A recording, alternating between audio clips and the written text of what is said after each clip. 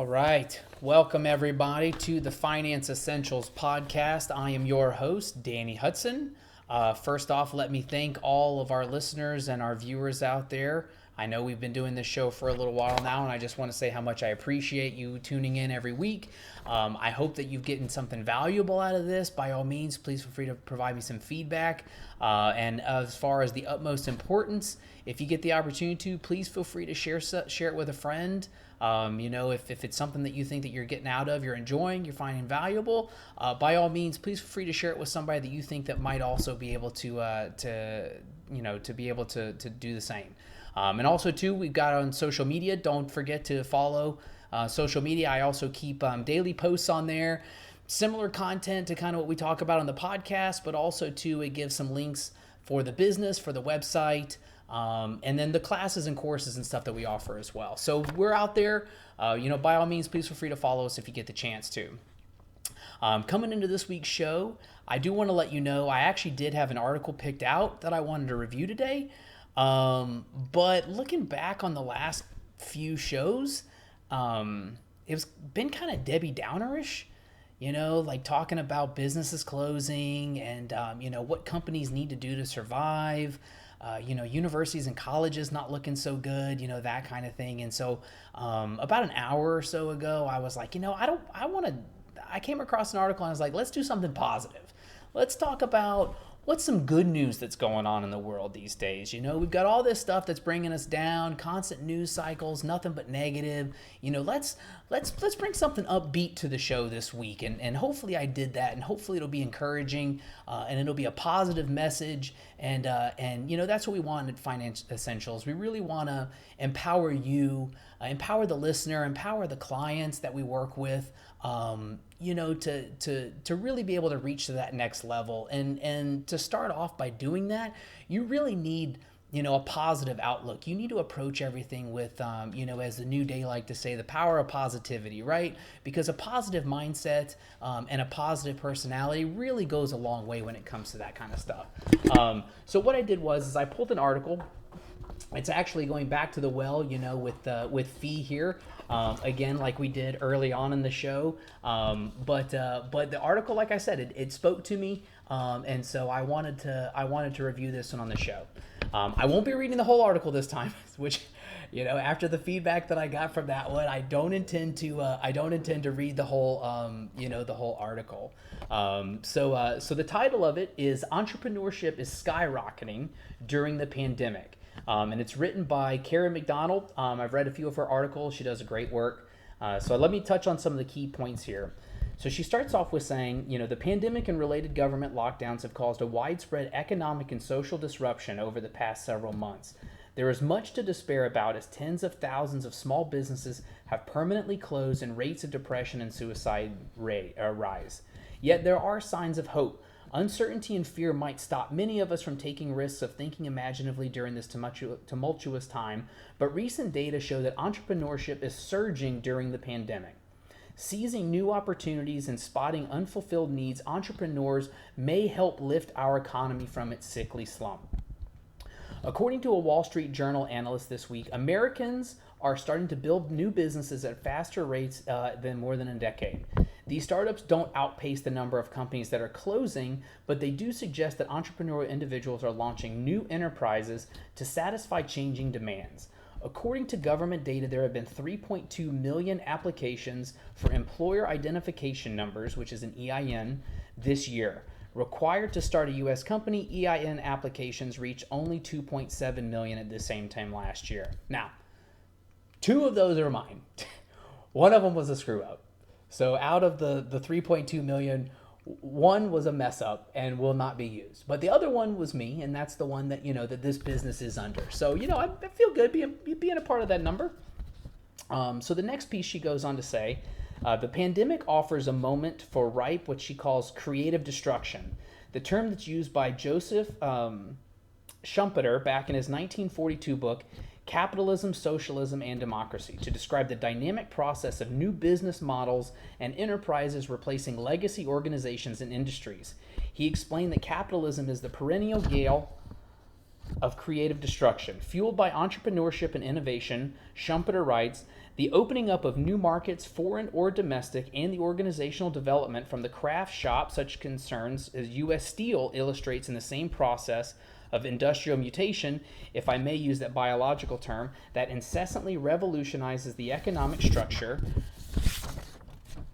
from within, incessantly destroying the old one, incessantly creating a new one. This process of creative destruction is the essential fact about capitalism.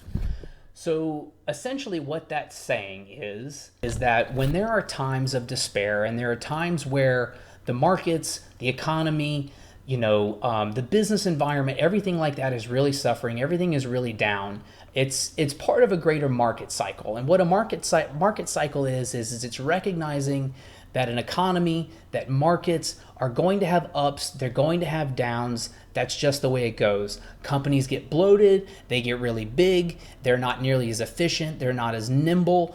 Basically, they're not able to adapt and adjust to the needs of the market as much as potential entrepreneurs are. Entrepreneurs, they're going to be able to see weaknesses, they're going to be able to see gaps, they're going to be able to see places within the business environment where there's a need. And they're going to be able to do what they can to try to fulfill that. Now, that's obviously not to say that all businesses are going to be successful. Obviously, as I don't think it's unknown, the majority of businesses do fail. That's just the way it goes. A lot of people aren't necessarily ready to start their own business. A lot of people aren't necessarily recognizing the market need, or maybe they are, but they're not able to necessarily fulfill that, to the way that they would need to really become successful. But those types of disruptions are what going to be caused by your entrepreneurs in a place where the market is saturated, it's heavy, it's bloated. As I'm sure most of you guys have seen and heard the previous discussions that I've had where we talked about, movie theaters and restaurants and a lot of your big box retail stores that have exorbitant costs and they don't have the revenue necessarily to be able to back that up. What's going to happen? Netflix, right? Netflix, Disney Plus is kind of adapting to that. Hulu, streaming services, right? They see a need. People want content. People want entertainment. But they don't have the same type of overhead costs. They don't have tens of thousands of employees who are tearing tickets. They don't have the rent. They don't have the utilities. They don't have the same expenses that a brick and mortar place would have. So what you have is you have a market disruption. And in this article, what they're calling it is they're calling it creative destruction. Maybe a little extreme as far as the language goes. Market disruption might be a little bit better, but creative disruption or creative destruction is very accurate. So she goes on to say, perhaps nowhere is this turbulence more apparent than in education. Many students started the school year with remote learning only, as district schools, especially in urban areas, remain indefinitely closed for full-time in-person instruction. Michael Strong, a longtime educator, author, and successful entrepreneur, quickly recognized that parents are dissatisfied with their children's remote distinct schooling and want a high-quality, affordable alternative. There is such an immense demand, he told me. Once parents get regular school piped into their homes, they see that school's not always a great fit. They take on significantly more ownership of their child's education and look for more options. Strong recently launched Expanse, which is a virtual school that provides high-touch, project-based live remote learning to middle schoolers throughout the U.S. The whole world of ed tech is one-dimensional, with teachers mostly lecturing to students. Our value prop is rich, human interactive experiences that students find engaging. So essentially what that's saying is that he saw a gap. He saw third, fourth, fifth grade students who are sitting in front of a computer. They're sitting in front of a computer. They're being lectured by teachers. Most of you, again, probably have gone through college. I mean, I'm one of those people where if I had to sit through a lecture that was more than an hour, hour and a half, there's probably a pretty good chance that I had fallen asleep at some point in time during that lecture, especially if it was 3 hours. Now, I couldn't even imagine being a third, fourth, fifth grader and trying to do remote learning, in a program where it's just not going to happen, right? Especially if I'm at a house, I see my toys, I see the backyard, I see places that I can run around, whatever that's going to be. that's going to be something that's going to be a big struggle for me. So what he did was he saw a need and he said, look, what is it that they're missing? And what they're missing is engagement, right? Those kids, they need to be engaged. They need to be challenged. They need to be pushed. And how do you do that? By doing remote learning. So that's what he's working on at Expanse. The next section she talks about is the creative destruction that's now occurring in education sector is poised to dramatically reshape American education, with new, more accessible, more relevant learning models replacing the conventional classroom that was already being challenged pre-pandemic.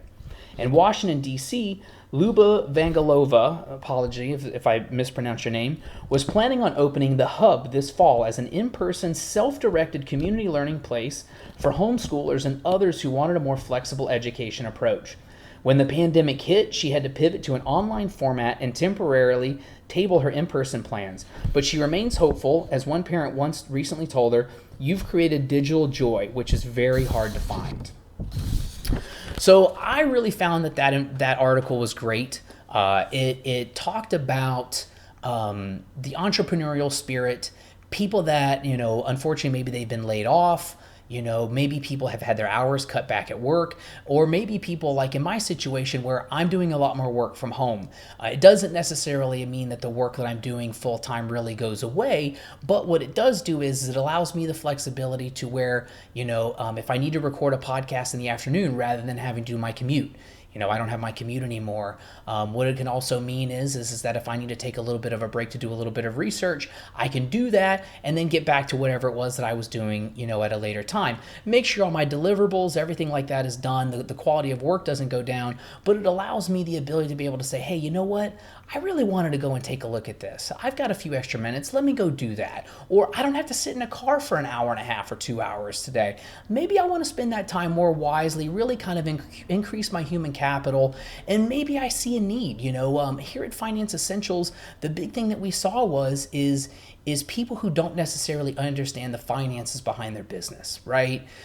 These are people who are very passionate. They're very knowledgeable about industries that I don't even know exist. I don't know anything about them. I don't know how to operate those types of businesses. They do things that I could never even dream of. But do they know how to make money? Maybe they don't know how to make money. Maybe they don't understand what drives top line growth. Maybe they don't understand what bottom line growth. Maybe they don't understand what operational expenses are. But these are people who are passionate and they know how to run a business and they know what they're doing from an operational standpoint. They just need a little bit of help.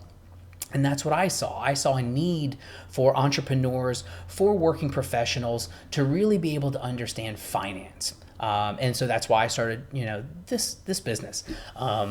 But that's what, what she talks about there. And the fact that we are seeing so many more entrepreneurs pop up, it is very inspiring.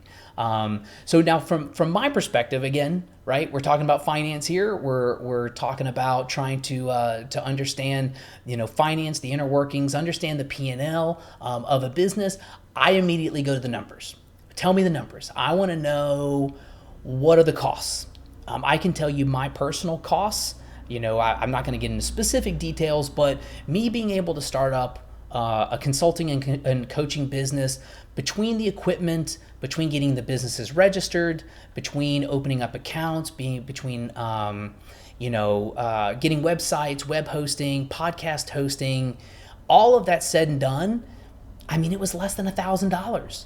If you don't have $1,000 that are lying around, but you have a brilliant idea, put together a business plan and pitch it. There are going to be people out there that are going to want to see you succeed. They're going to want to see you be successful. And if it means that they got to fork over a few $100 for you to potentially live out a dream, if you put together a good looking business plan, you can make it happen. There are needs all over the place. Maybe it's local, maybe it's national, whatever that need might be. That's for you to figure out. That's for you to say, hey, I'm going to take charge of this and I'm going to do it myself. So again, the type of business I'm doing, minimal expenses. So what I wanted to do was I wanted to look up, what are typical expenses? I know we talked about prior, when we talked about restaurants, profit margins and capital expenditure costs required for restaurants. Obviously, brick and mortar is going to be expensive. Catering is going to be cheaper. Some of your fast foods are going to be a little bit cheaper, than your full service. Food trucks are going to be generally your best bet in that area, mainly because, again, the capital expenditure costs are going to be a bit lower. So what I wanted to do was I wanted to look up, how much is an entrepreneur going to need to be able to start a business? How much are you really going to need, to be able to get your business off the ground? And what types of costs do you really need to think about, or revenues, whatever it might be, that you need to think about going forward if that's something that you consider. So what I did was I found an article on Business News Daily, and it's titled Startup Costs, How Much Cash Will You Need? And what they do is they break out certain categories and say, hey, look, this is the type of cost that you're going to need to be able to achieve X. You want to start up a restaurant, you're going to need X.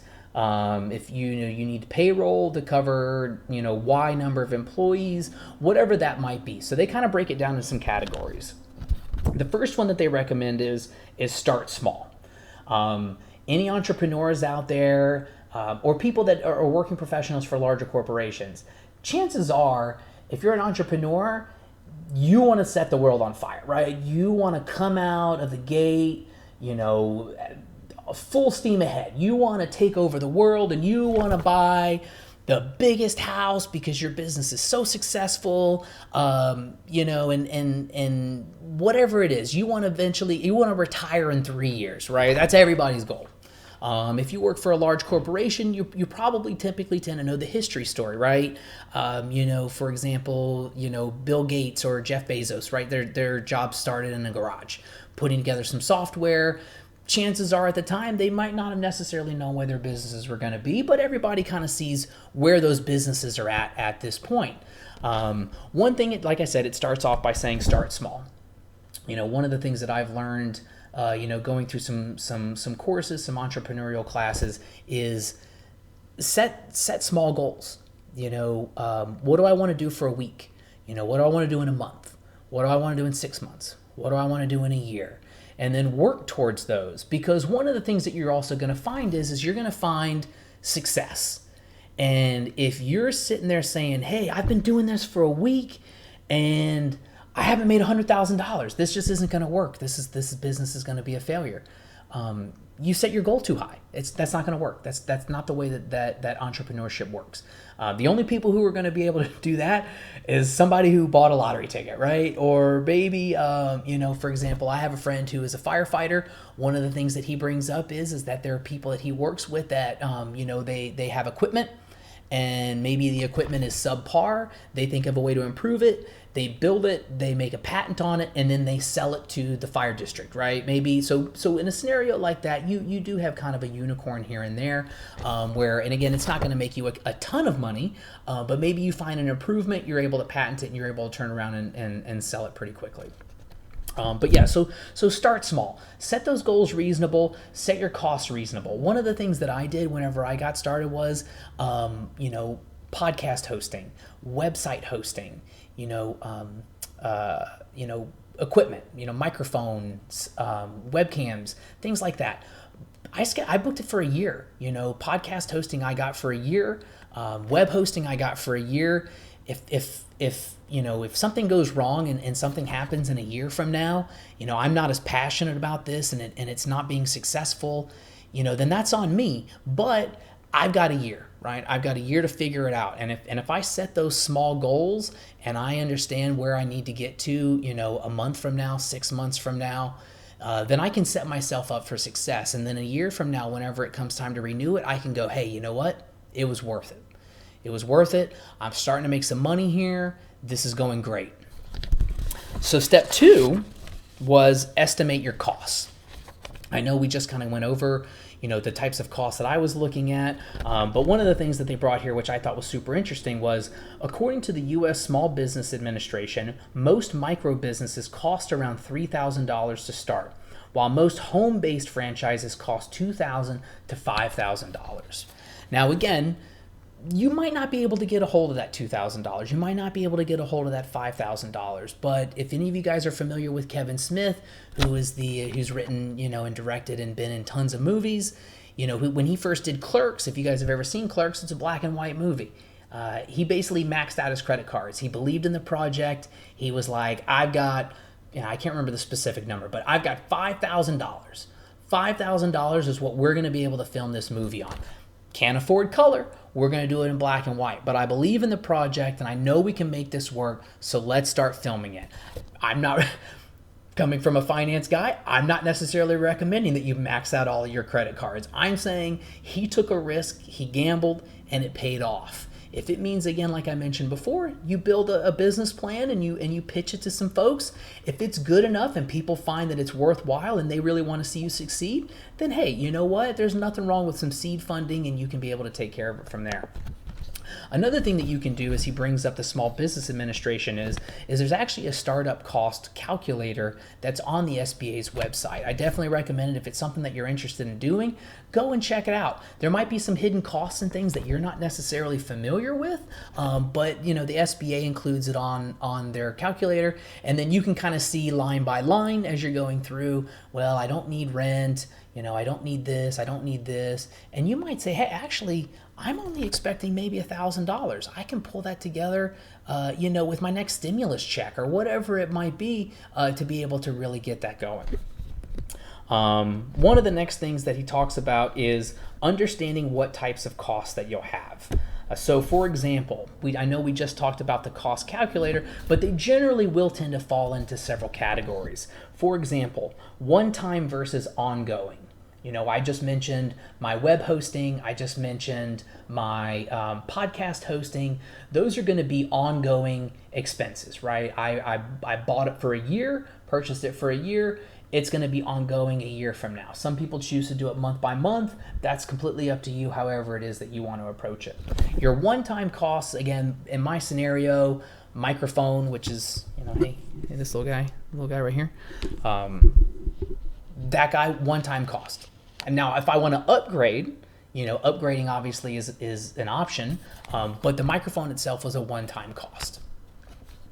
The next one is going to be essential versus optional costs.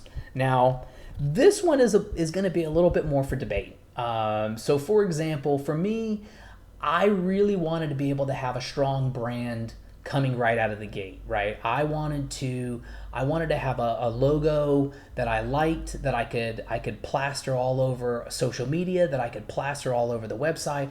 I could plaster it all over, SoundCloud and iTunes and whatever, and feel confident and comfortable and say, hey, you know what? This is my logo. This is what I'm putting my brand behind. And I paid for it. You pay a little bit extra and you get the quality for it. What some people do is they just go to Fiverr. Basically you're paying somebody $5-10 for a logo. And a lot of people will say, and we talk about it on the show, a lot of people disagree with me, but a lot of people will say, well, that doesn't move the needle. Having a cool logo doesn't drive sales. That doesn't bring me in revenue. And they're right.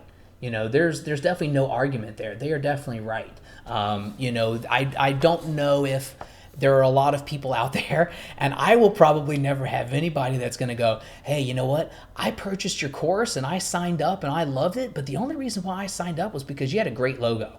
I don't imagine that that's going to happen. It'd be great if it did, because then I could kind of see some ROI as far as the logo expense. But there are a lot of people who go the opposite route, where they're like, hey, you know what? I can get a logo for $5-10, and then if this takes off, then I'll spend the big money later on to make sure that I get something that's really be able to ingrained in my brand. The next one is going to be your fixed versus variable costs. So this is one where, again, going back to the brick and mortar places that we talked about before, as far as restaurants and things along those lines. Your rent, that's going to be a fixed cost, right? That's going to be a cost that you know exactly what it's going to be every single month, and when it's due, you know how much, you know how long of a lease that you're signing, so on and so forth. So for example, your variable costs, they are going to be more related to your direct sale of product or services. So for example, your costs early on might end up being pretty high. Again, for me, building a brand, one of the variable costs that I'm going to get is going to be the materials that I'm going to provide for the courses. If you're attending in person, it's going to be, your pens, your folders, your printouts, things along those lines that are going to be branded with the Finance Essentials logo. Those are going to be types of variable costs, because they're not necessarily directly related to, your sale of your products or services. So then what he does is he includes in here most common startup expenses. Some of these are relevant for me. Some of these are probably going to be relevant for you guys. Some of them may not. Web hosting and other website costs. Rental space for an office, office furniture, labor, basic supplies, basic technology, insurance, advertising and promo, business plan costs. So those are all kind of common startup expenses that most people are going to have whenever they start up one. And the next one here, which this is probably going to be the one that's the most important, especially for the people who disagree with me about the logo, right? Because a logo's not moving the needle, a logo's not closing, sales. It's not marketing your product. It's not really putting together, something that moves the needle. The next one though is going to be project your cash flow. If you're able to project your cash flow, the benefit of being able to do that is you know what money you're going to be bringing in. You're going to be able to look at that and say, hey, you know what?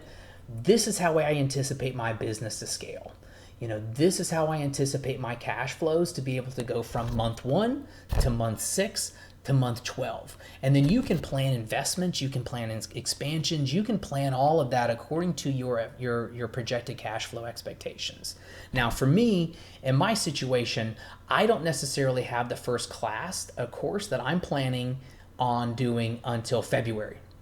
Right, so it'll be in February. That'll give me time to be able to perfect the material, to really be able to work through it, to make sure that the product that I provide and the service that I provide is going to be quality and it's going to be valuable enough so that the people who are actually taking it in are going to be able to get out of it, right? Because at the end of the day, if you're spending hundreds of dollars with me, I want you to be able to get thousands of dollars of value. Because that's what it's about, right? That's how you make a business. That's what businesses do. They create value. And if I'm not being able to create that value, then my business is worthless. So being able to project those cash flows, a lot of people are looking at that month 1. I happen to be fortunate enough to where I hadn't lost my primary source of income, so it's not as urgent for me to be able to, get the business up and going. So I'll be able to start projecting cash flows starting, whenever the first course is up and going.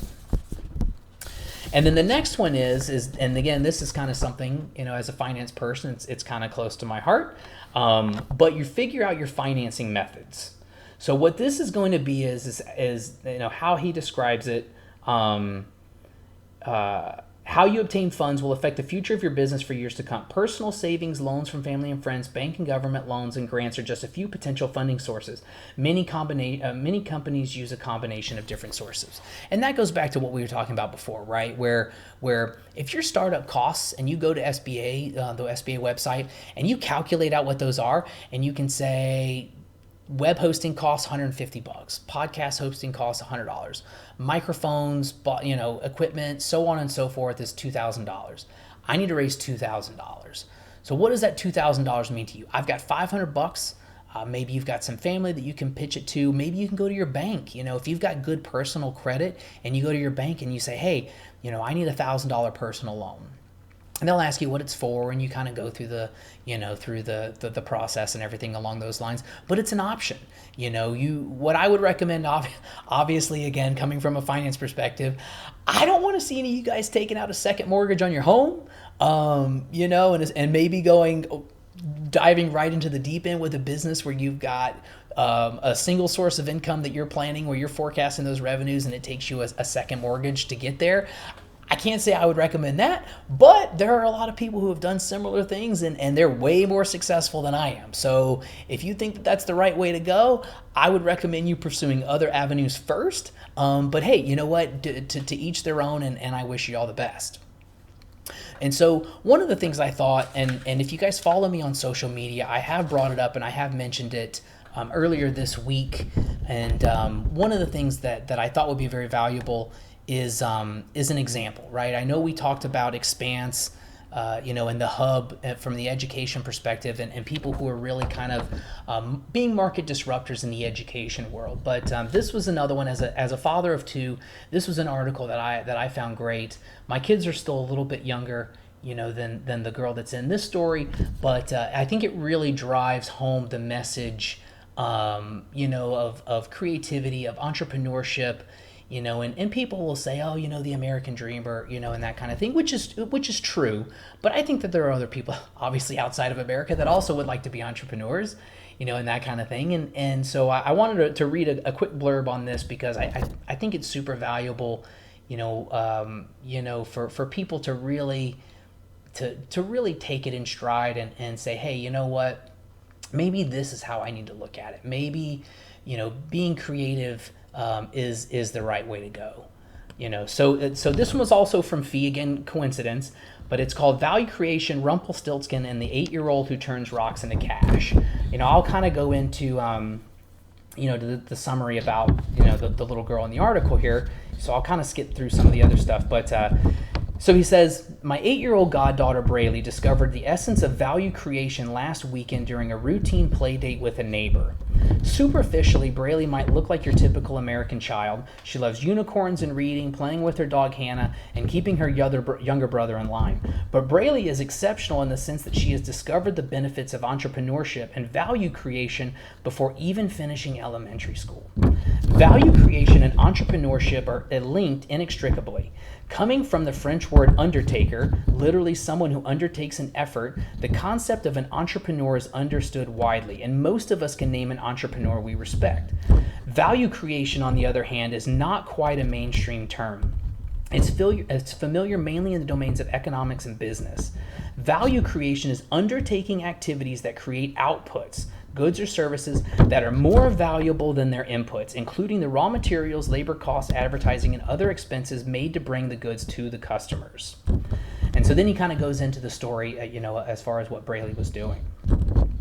On Sunday, she and her friends started digging around the yard for buried treasures, and curated a collection of pebbles, rocks, pennies, and acorns. Between these two kids, the idea was hatched that they could actually sell these items to neighbors by walking door to door. By the time they were finished, they had collected $58, which they split between them evenly and used to immediately buy treats from a nearby ice cream truck. Now, this screams of whenever I was a kid. We used to mow the grass and do some chores, and you got a few bucks, and then you hear the ice cream man playing "Pop Goes the Weasel" or whatever the song the ice cream man is playing. That's immediately what attracted us, and whatever dollars we had in our pocket, we immediately would go to buy. So this really rings true to my childhood. According to Braylee's mother, she came home with a smudge of chocolate on her face, holding a small cardboard box containing $27 cash and an assortment of rocks, polished stones, and battered black pennies. These items were doing nothing in the ground. It took the activity of these two girls to extract from the dirt, clean them up, have the idea that people might want to buy them, and actually go door to door to make the sale. That is pure entrepreneurship in the service of value creation. Would you buy rocks and pennies from two neighborhood girls? Maybe not, but some of their neighbors did, and they were rewarded with cash, treats, and a great story. So every time you hire someone to perform a service or deliver a good, or hired yourself, you are engaging in a process of value creation by which both parties to the transaction benefit. The consumer solves his problem, and the producer profits by solving it. Value creation is the very definition of a win-win scenario. The next time you buy something, no matter how mundane, consider how the entire process began with someone having an idea that she could do something that might be more valuable to another person than the cash he had in his pocket. So thank you, Richard, for that article. And again, as a father of two small kids, I really hope that my boys will eventually be able to move into something similar where they're constantly thinking, hey, I've got these rocks. What can I do with them? I can trade them. I can get some ice cream for it. That's great. And so today was one of those days where I wanted to really spread a positive message. There's a lot of negativity going on out there. There's especially with the elections and everything like that coming up, and really say, hey, I didn't want to talk about layoffs. I didn't want to talk about business troubles and struggles this week. I wanted to say, if you're looking at starting a business, if you want to be an entrepreneur, now's a great time to do it. With technology these days, the ability to be able to start a business and do your own thing, even if it's just selling something on Etsy. My cousin's been doing that, and she loves it. She thinks it's a great adventure, and she puts out a great product. and so being able to see people like that and the joy that it brings them when you create value, to other people, there's an element that's in there that you can't recreate, by sitting at home and posting Facebook rants about politics and about, what people owe you, or anything along those lines. And so that's what I wanted to bring to the show this week. And I know normally I kind of transition it over into, well, what does this have to do with me? That may not ring true for any of you guys. You guys may have made it all the way through this podcast and go, Danny, you didn't deliver on this one. You didn't tell me, what does this have to do with me? But there might be a few of you are out there that are like, hey, you know what? That does ring true to me. I've been thinking about doing this for 5 years. And listen to that idiot on the podcast. Well, that's the motivation that I needed, was if he can do it, and he can do, whatever it is that he's doing and with Finance Essentials, then maybe I can do this too.